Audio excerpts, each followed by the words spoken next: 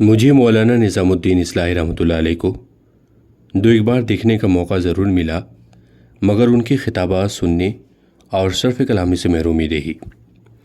یہ اتفاق تھا کہ ڈاکٹر سکندر علی اصلاحی صاحب مولانا سے ملاقات کرنے کے لیے موضع چاند پٹی ضلع اعظم گڑھ جا رہے تھے۔ انہوں نے مجھے بھی اپنے ساتھ لے لیا۔ اس طرح مولانا سے ملاقات کا شرف حاصل ہوا، اور یہ گزشتہ سال کی بات ہے۔ ہم ڈاکٹر سکندر علی اصلاحی، اقرار احمد اصلاحی اور ناچیز چاند پٹی نماز عصر سے تھوڑی دیر قبل پہنچے۔ مولانا سے ملاقات کر کے نماز عصر ادا کرنے کے لیے مسجد گئے۔ نماز سے فراغت کے بعد مولانا کے کمرے میں ہم مولانا کی چارپائی اور کرسیوں پر بالکل قریب ہی بیٹھے۔ اسی اثنا میں مولانا نے حق ضیافت ادا کیا اور بار بار بہت شفقت سے کہتے، آپ لوگ یہ لیجئے، وہ لیجئے۔ مولانا کے مطالعے کی میز پر بہت ساری کتابیں تھیں، جن میں سے ایک کتاب یادگار زمانہ شخصیات کا احوال مطالعہ تھی۔ یہ کتاب مولانا کے زیر مطالعہ رہ چکی تھی، اور عادت کے مطابق مولانا نے کتاب کے ابتدائی اور آخری صفحات پر ضروری نوٹس اور یادداشتیں تحریر کر رکھی تھیں، تاکہ بسہولت مراجعت ممکن ہو سکے۔ مولانا سے میں نے اس کتاب کے بارے میں سوال کیا کہ یہ کیسی کتاب ہے۔ اس کتاب میں مولانا کا ایک مضمون ہے۔ مولانا نے کتاب مذکور کی تعریف کی کہ یہ اچھی کتاب ہے، اور اس کتاب میں ڈاکٹر الیاس اعظمی صاحب کا بھی مضمون ہے، جس کے عنوان پر مولانا نے تحریر کیا تھا کہ یہ اچھی کتاب ہے۔ ڈاکٹر الیاس اعظمی صاحب کے مضمون جو اس کتاب میں شامل ہے، اس کی مولانا نے تعریف کی۔ پھر مولانا نے علامہ شبلی نعمانی رحمۃ اللہ علیہ کی کتاب سیرت النبی، سید ابو العالی مودودی رحمۃ اللہ علیہ کی کتاب تجدید و احیاء دین، سید ابو الحسن ندوی رحمۃ اللہ علیہ کی کتاب تاریخ دعوت و عزیمت، اور سیرت سید احمد شہید کتابوں کے مطالعہ کرنے کا مشورہ دیا۔ اور انہوں نے یہ بھی بتایا کہ بہت مطالعہ کرتا ہوں، جی چاہتا ہے کہ زیادہ سے زیادہ پڑھ ڈالوں، اور کیا کیا پڑھ ڈالوں۔ مولانا کے ساتھ ہماری صحبت بہت مختصر تھی۔ مولانا فرمانے لگے، آپ لوگ جلد ہی تشریف لائیے گا، اور اپنا فون نمبر بھی دے دیجیے۔ مولانا کے ساتھ چند منٹ کی صحبت رہی۔ ہم ان سے زیادہ استفادہ نہ کر سکے، ورنہ ان کی یادداشت و ذکریات سے مدرسۃ الاصلاح اور فضلائے اصلاح اور تحریک اسلامی سے متعلق گراں قدر معلومات حاصل ہوتیں، جن کو قلم بند کر دیا جاتا، جو مستقبل میں آنے والوں کے لیے ایک ریکارڈ ہوتا۔ جیسا کہ گزر چکا ہے کہ کتاب یادگار زمانہ شخصیات کا احوال مطالعہ، اس میں مولانا موصوف کا بھی ایک مضمون ہے۔ یہ کتاب دراصل مجلۃ النخیل، جس کے مدیر ابن الحسن عباسی مرحوم تھے، اس کا مطالعہ نمبر ہے، جسے کتاب اس شکل میں ترتیب دے کر شائع کر دیا گیا ہے، جس میں بر صغیر کے ہر طبقے کے 80 مصنفین و مفکرین نیز اہل علم و قلم کے مطالعے اور علمی سفر کے دل نشیں روداد، نئی نسل کے لیے مفید کتابوں کے انتخاب، مطالعاتی زندگی کی رہنمائی سے متعلق چند استفسارات تھے، جن حضرات نے جواب دیے، انہی کے جواب کا یہ کتابی مجموعہ ہے۔ مولانا نظام الدین اصلاحی رحمۃ اللہ علیہ کا اس کتاب میں میرا علمی سفر کے نام سے مضمون ہے، جو صفحہ 71 سے 77 تک پھیلا ہوا ہے۔ مولانا اپنے مضمون کی ابتدا میں فرماتے ہیں کہ مدرسۃ الاصلاح سرائے میر اعظم گڑھ میں داخل ہونے کے بعد مولانا امین حسن اصلاحی رحمۃ اللہ علیہ کے درس میں مطالعے کا ذوق پیدا ہوا۔ وہ جب قرآن مجید کا درس دیتے تھے تو ہمیشہ حالات حاضرہ زیر بحث آتے تھے۔ اسی زمانے میں انہوں نے کتاب حقیقت شرک لکھی تھی۔ مولانا امین حسن اصلاحی اپنے درس میں لارڈ میکالے اور انگریزوں کے جو وزیر تعلیم تھے، ان کی خیالات بھی پیش کرتے تھے۔ اس زمانے میں میرے اندر یہ خیال پیدا ہوا کہ غیر درسی کتابوں کا مطالعہ کرنا چاہیے، لیکن یہ افسوس رہا کہ مولانا امین حسن اصلاحی زیادہ دنوں نہ رہ سکے۔ ہمیں وہاں گئے 1 سال بھی نہ پورا ہوا تھا کہ وہ پٹھان کوٹ چلے گئے۔ ان کے جانے کے بعد ہمیں اس طرح کا درس نہ مل سکا۔ اس کے بعد خوش قسمتی یہ ہوئی کہ مولانا صدر الدین اصلاحی کے پاس ہمارا قرآن کا درس گیا۔ ان کے یہاں جب گھنٹی گئی تو یہ چیز واپس آئی۔ ان کا ذوق بہت ہماگیر اور سیاسی تھا، قرآن مجید سے سچ مچ استدلال کرتے تھے۔ اب مجھے اسی سے فائدہ ہوا۔ اس کے بعد جب میں مطالعہ کرنے لگا تو کوئی ایسی نمایاں شخصیت نہ ملی جو اس کو آگے بڑھا سکے۔ مولانا فرماتے ہیں، مجھے تعلیمی ذوق مولانا امین حسن اصلاحی اور مولانا صدر الدین اصلاحی سے ملا۔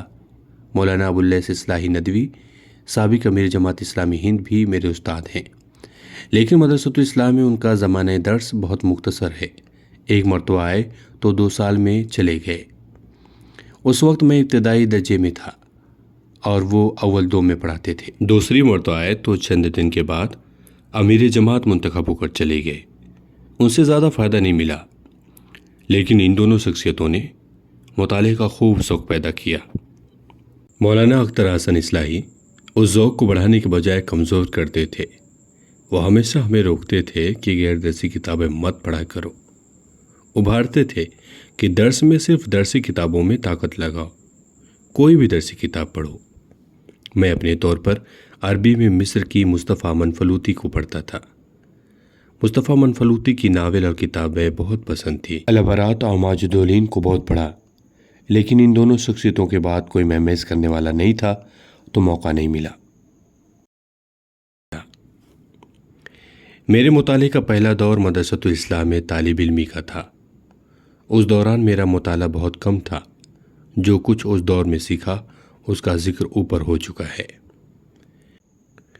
دوسرا دور جس میں مطالعے کا ارتقاء شروع ہوا، اس دور میں 2 شخصیتوں کو میں نے بہت اونچا سمجھا۔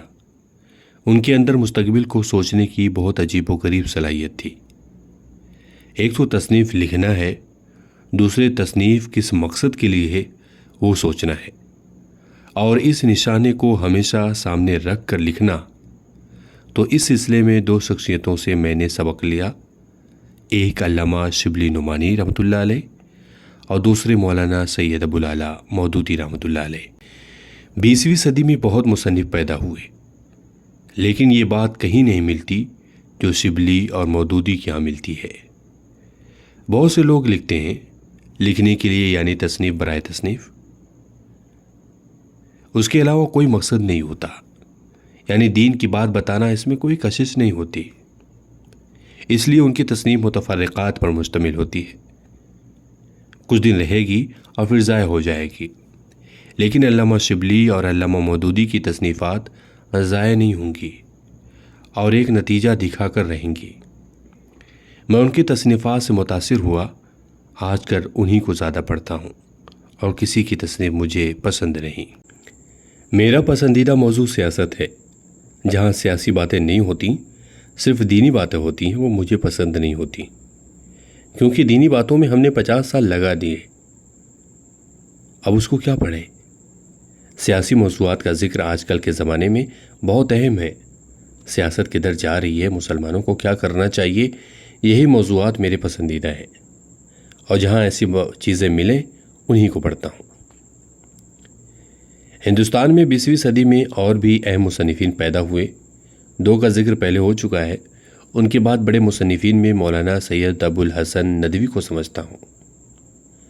اس کے بعد پسندیدہ مصنفین میں مولانا سید جلال الدین عمری ہیں۔ ان کی کتابیں بہت اچھی ہیں، اپنی تحریروں کے ذریعہ ملت کو بہت فائدہ پہنچایا۔ اسی طرح احمد رضا خان کی بعض کتابیں، احمد رضا خان صاحب کی تفسیر بھی قابل مطالعہ ہے اور بہت ساری کتابیں انہوں نے لکھی ہیں۔ اسی طرح مولانا عبدالماجد دریابادی کو بہت پسند کرتا ہوں۔ ان کی خصوصیت یہ ہے کہ حالات کچھ بھی ہوں، مصلحت نہیں دیکھتے، نشتر چلاتے ہیں۔ حالانکہ ان کا اخبار صدق جدید کوئی کثیر الاشاعت اخبار نہیں تھا، لیکن ان کی تحریر لاجواب ہوتی تھی۔ ان کی شخصیت مصنف کی حیثیت سے نمایاں ہے اور تصانیف کی اعتبار سے بھی۔ ان کی تصنیف حکیم الامت نقوش و تاثرات تو بہت لوگوں کو فائدہ پہنچاتی ہے، جس میں انہوں نے مولانا اشرف علی تھانوی کی پوری زندگی رکھ دی ہے۔ بہت مؤثر کتابیں ہیں۔ یہ تو اس صدی کے بڑے مصنفین اور ان کی چند کتابیں ہیں۔ مولانا کہتے ہیں، پسندیدہ رسائل میں پہلے نمبر پر تحقیقی مجلہ معارف کو رکھتا ہوں۔ اس کی ایسی خصوصیت ہے جو کسی اور مجلے میں نہیں ہے۔ جس دن سے نکلا آج تک ایک پرچہ بند نہیں ہوا۔ ندوے کے اردو عربی رسائل بھی قابل قدر ہیں۔ الباس الاسلامی اور الرائد ان رسائل کی وجہ سے ندوہ نے عرب ملکوں کو ہندوستان سے جوڑ دیا۔ جماعت اسلامی کے رسائل بھی بہت قابل قدر ہیں جو ہر زبان میں شائع ہوتے ہیں۔ اور اس نے ہر زبان والوں کو متاثر کیا۔ زندگی نو میں بھی اتار چڑھاؤ رہتا ہے، کبھی دینی مضامین زیادہ ہوتے ہیں، لیکن آج کل اس کا معیار کچھ بڑھا ہوا ہے، اس میں حالات حاضرہ پر کچھ چیزیں آنے لگی ہیں۔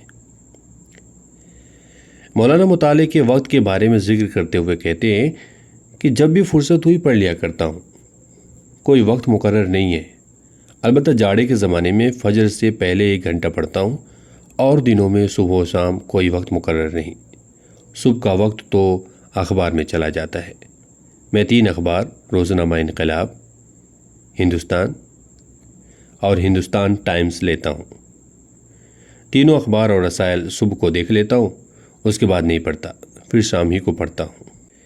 مولانا کہتے ہیں کہ اگر کتاب بہت خوبصورت چھپی ہوئی ہے تو رفتار بہت تیز ہوتی ہے اور چھوڑنے کو دل نہیں چاہتا، اگر چھپائی اچھی نہیں ہے تو کتاب چھونے کو دل نہیں چاہتا۔ اسی طرح انداز تحریر اور اسلوب کا بھی فرق پڑتا ہے۔ مطالعے کی رفتار، مواد، اسلوب، انداز تحریر کتاب کی اشاعت پر منحصر ہے۔ اب ایک نیا معیار علامہ شبلی نعمانی کی سیرت النبی والا ہے، اس کو تو چھوڑنے کی طبیعت ہی نہیں چاہتی، 8 جلد جی چاہتا ہے لے کر ختم کر دوں۔ اس طرح رفتار کا زیادہ تر تعلق اپنے حالات پر بھی ہوتا ہے۔ مثلا جب پڑھاتا تو رفتار بہت کم ہوتی تھی، اب بہت تیز ہے، تو کبھی کبھی ذہن میں یہ بھی بات آتی ہے کہ میں نے تدریس کو کیوں اختیار کیا۔ پیشہ تدریس میں آدمی کا مطالعہ بہت گھٹ جاتا ہے، لیکن آدمی اس کے علاوہ کرے تو کیا کرے؟ معاذ بھی تو ایک مسئلہ ہے۔ اور ہاں، میں سفر میں مطالعہ نہیں کرتا۔ مطالعے کا طریقہ جو میری سمجھ میں آیا ہے، جس کا میں نے تجربہ کیا ہے، کہ کتاب اپنی ذاتی ہو اور پڑھتے ہوئے جتنی چیزیں پسند ہوں ان کو اسی کتاب میں فہرست بنا دے۔ اسی لیے ہر کتاب کے شروع میں 1-2 ورق سادے ہوتے ہیں، اسی طرح آخر میں 1 ورق سادہ ہوتا ہے۔ اس میں فہرست بناتے جائیں کیا چیزیں پسند ہیں، اور ایک رجسٹر بھی الگ سے لکھیں تاکہ اگر کتاب نہ بھی رہے تو اکٹھا جان جائیں کہ کتاب میں کیا اچھا لگا۔ بہت مختصر اشاریہ لکھیں یا صرف حوالہ اور صفحے کا نمبر لکھیں، اسی پر نقد لکھیں، یعنی یہ کہ فلاں چیز غلط ہے، اس کی وجہ رجسٹر میں لکھیں۔ اگر اس طرح نہیں ہوگا تو آدمی پڑھتا چلا جائے گا، اور جب اس کو کبھی ضرورت پڑے گی، مثلا آدمی اخبار اور رسائل اور کتابیں پڑھتا ہے، تو اس کو بعد میں یاد نہیں رہے گا کہ فلاں بات کہاں پڑھی ہوئی تھی۔ وہ چیز اسی وقت مل سکتی ہے جب وہ پڑھنے کا یہ طریقہ مقرر کرے۔ رجسٹر بنانے کا ایک فائدہ یہ بھی ہے کہ تمام کتابوں کا ریکارڈ ایک جگہ رہے گا، کیونکہ کتاب کے اندر لکھے گا تو وہ صرف کتاب کے اندر رہے گا، رجسٹر کے اندر لکھے گا تو تمام کتابوں کا ریکارڈ رہے گا۔ اس کا ایک فائدہ یہ بھی ہے کہ اگر وہ کہیں سفر پر جا رہا ہے تو اپنا چھوٹا سا رجسٹر اپنے ساتھ رکھ لے جس میں ساری کتابوں کا ریکارڈ ہے، گویا لائبریری ساتھ چل رہی ہے۔ کتابوں کے انتخاب میں آدمی کو کچھ تو آزادی رہتی ہے، لیکن مطالعے کا اصول یہ اور زیادہ فائدہ مند ہوگا کہ جب کوئی بڑے مصنف کو منتخب کر لے اور اس کی تمام کتابیں پڑھ ڈالے، اور جب میں گنجائش ہو تو خرید ڈالے، ورنہ لائبریری سے تلاش کر کے جو طریقہ بتایا گیا اس کے مطابق پڑھے۔ دوسرا طریقہ یہ ہو سکتا ہے کہ مصنف کو منتخب کرنے کے بجائے عنوان منتخب کرے، پھر اس موضوع کی کتاب جہاں کہیں بھی ملے مصنف کی قید کے بغیر اس کو پڑھ ڈالے۔ یہ 2 رہنما اصول ہیں، لیکن زیادہ بہتر یہ ہے کہ مصنف کو پکڑ لے، یہ میرے نزدیک قابل ترجیح ہے۔ مولانا مطالعہ کرنے والوں کو نصیحت کرتے ہوئے فرماتے ہیں کہ مطالعے کے سلسلے میں رہنمائی بہت بہتر چیز ہے۔ ایسا بعض اوقات آدمی جو رہنمائی دینے کی صلاحیت رکھتا ہو، اگر ایسی رہنمائی مل جائے تو بہت مفید ہے۔ مطالعہ کرنے والے کے ذہن میں یہ بات رہنی چاہیے کہ جب برتن بھر جاتا ہے تو پانی باہر چھلکتا ہے، خالی رہتا ہے تو پھر نہیں چھلکتا۔ مطالعہ اتنا زیادہ ہونا چاہیے کہ قلم سے چھلکنے لگے۔ اگر دماغ مطالعے سے بھر گیا ہے تو وہ قلم پر ضرور آئے گا، اسی کو تصنیف کہتے ہیں۔